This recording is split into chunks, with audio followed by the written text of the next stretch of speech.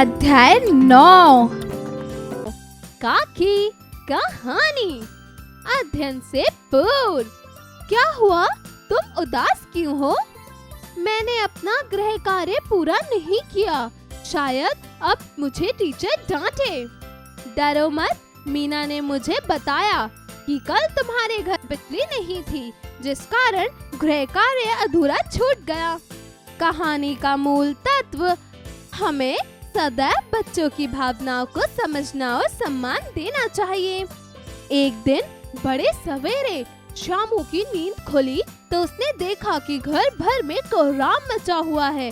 उसकी माँ नीचे से ऊपर तक एक कपड़ा ओढ़े हुए कंबल पर भूमि शयन कर रही है और घर के सब लोग उसे घेर कर बड़े करुणा स्वर में विलाप कर रहे हैं।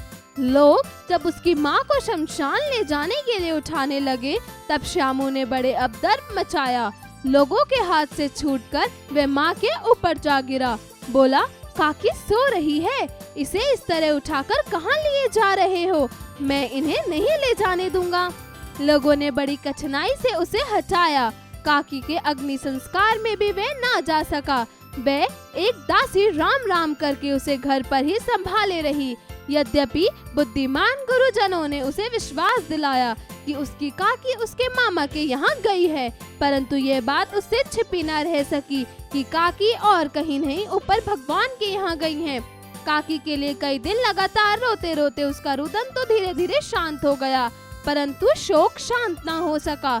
वह प्राय अकेला बैठा बैठा शून्य मन से आकाश की ओर तका रह करता। एक दिन उसने ऊपर पतंग उड़ती देखी। न जाने क्या सोचकर उसका हृदय एकदम खिल उठा। पिता के पास जाकर बोला, काका मुझे एक पतंग मंगा दो, अभी मंगा दो। पत्नी की मृत्यु के बाद से विश्वेश्वर बहुत अनमने से रहते थे। अच्छा मंगा दूंगा कहकर वे उदास भाव से और कहीं चले गए। शामू पतंग के लिए उत्कंठित था। वह अपनी इच्छा किसी तरह ना रोक सका। एक जगह खुंटी पर विश्वेश्वर का कोट टंगा था। इधर उधर देख के उसने पास एक स्टूल सरका कर रखा और ऊपर चढ़कर कोट की जेबें टटोली। एक चवन्नी पाकर वह तुरंत वहाँ से भाग गया। सुखिया दासी का लड़का भोलू शामू के साथ ही था। शामू ने धीरे से कहा, अपनी जीजी से कहकर चुपचाप एक पतंग और डोर मंगा दो। देखो अकेले में लाना, कोई जान ना पाए। पतंग आई।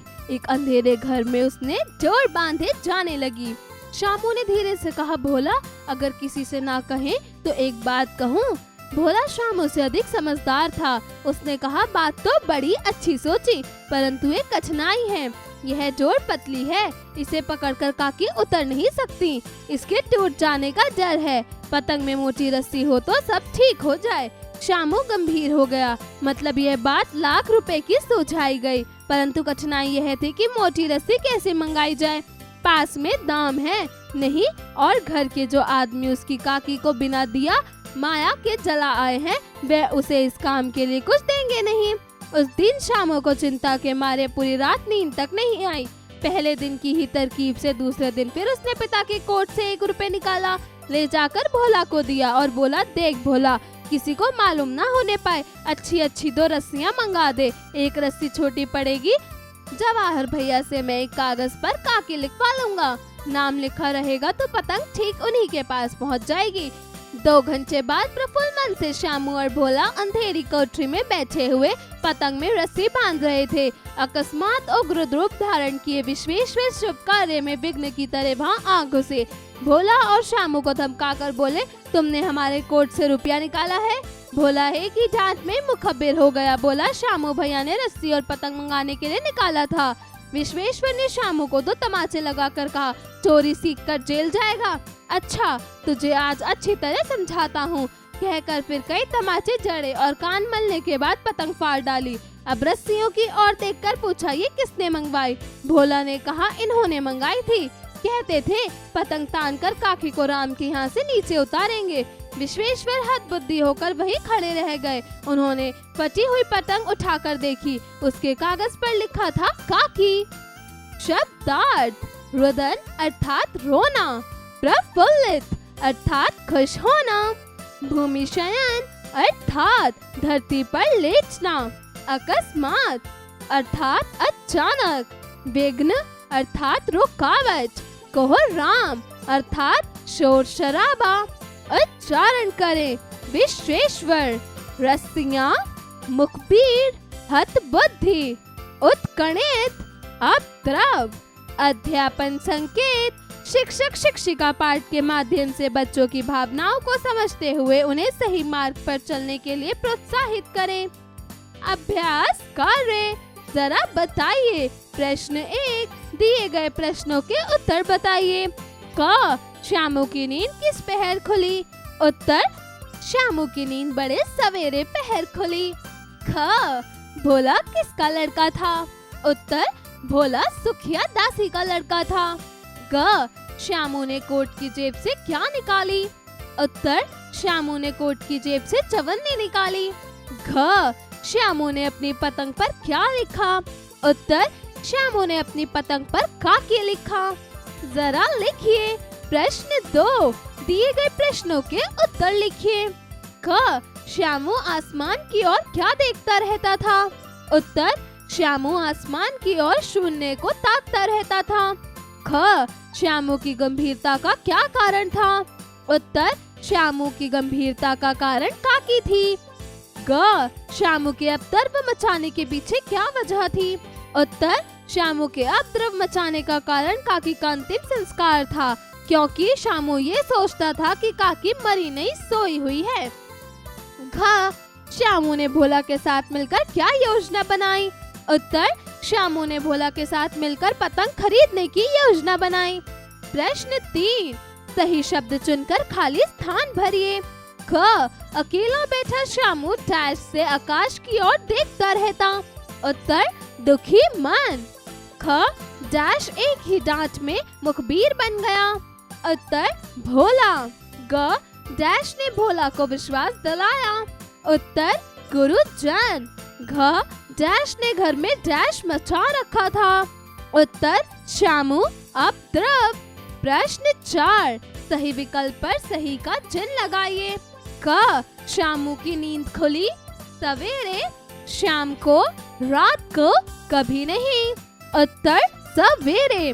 ख पतंग लाने के लिए श्यामू की मदद की। गुरुजनों ने, विश्वेश्वर ने, भोला ने, सभी ने। उत्तर भोला ने। ग भोला लड़का था, दासी का, विश्वेश्वर का, गुरुजन का, श्यामू का। उत्तर विश्वेश्वर का। प्रश्न 5 सही कथन पर सही का अथवा गलत कथन पर गलत का चिन्ह लगाइए। क काकी का लोगों ने स्वागत किया। उत्तर गलत। ख पतंग लाने के लिए श्यामू ने भोला की मदद की। उत्तर सही। ग काकी को नीचे उतारने के लिए श्यामू और भोला ने योजना बनाई। उत्तर सही। घ जवाहर भैया की मदद से पतंग के कागज पर काकी लिखवाया गया। उत्तर सही। जरा सोचिए। प्रश्न 6 भोला की जगह अगर आप होते तो श्यामू की मदद किस प्रकार करते? सोचकर लिखिए। प्रश्न 7 बच्चों की भावनाओं को समझना कितना महत्व रखता है? कक्षा में चर्चा कर अपने शब्दों में स्पष्ट कीजिए। जरा भाषा पर गौर कीजिए। प्रश्न 8 दिए गए शब्दों के बहुवचन बनाइए। क पतंग उत्तर पतंगे। ख चिंता उत्तर चिंताएं। ग गुरु उत्तर गुरु। ख खूटी उत्तर खूटियां। ड़ रस्सी उत्तर रस्सियां। च लोग उत्तर लोगों। प्रश्न 9 दिए गए शब्दों के विलोम शब्द बनाइए। क विश्वास उत्तर धोखा। ख शोक उत्तर उल्लास। ग प्रफुल्ल उत्तर अप्रफुल्ल। घ आकाश उत्तर पाताल। ड़ उग्र उत्तर शांत। च ऊपर उत्तर नीचे। प्रश्न 10 दिए गए शब्दों के पर्यायवाची शब्द बनाइए। क आकाश उत्तर आसमान अंबर गगन। ख उदास उत्तर उदासीन उच्चाट विषादपूर्ण। ग साथी उत्तर सखा संगी दोस्त। घ मदद, उत्तर सहायता, सहयोग, हेल्प। प्रश्न 11, दिए गए पुल्लिंग शब्दों से स्त्रीलिंग शब्द बनाइए। क काका, उत्तर काकी। ख दास, उत्तर दासी। ग भाई, उत्तर बहन। घ पिता, उत्तर माता। प्रश्न 12, दिए गए जातिवाचक संज्ञा शब्दों से भाववाचक संज्ञा शब्द बनाइए। क दास, उत्तर दासता। ख मित्र, उत्तर मित्रता। ग माता, उत्तर मातृत्व। घ मनुष्य, उत्तर मनुष्यत्व। प्रश्न 13, रेखांकित पदों का परिचय दीजिए। क आज मन उदास है, उत्तर भाववाचक संज्ञा। ख बुढ़ापे में कई बीमारियां घेर लेती हैं, उत्तर भाववाचक संज्ञा। ग छोटे छोटे बच्चे जोर जोर से हंस रहे हैं, उत्तर क्रिया। घ वह कोट की जेब से पैसे निकालने पहुंचा, उत्तर सर्वनाम।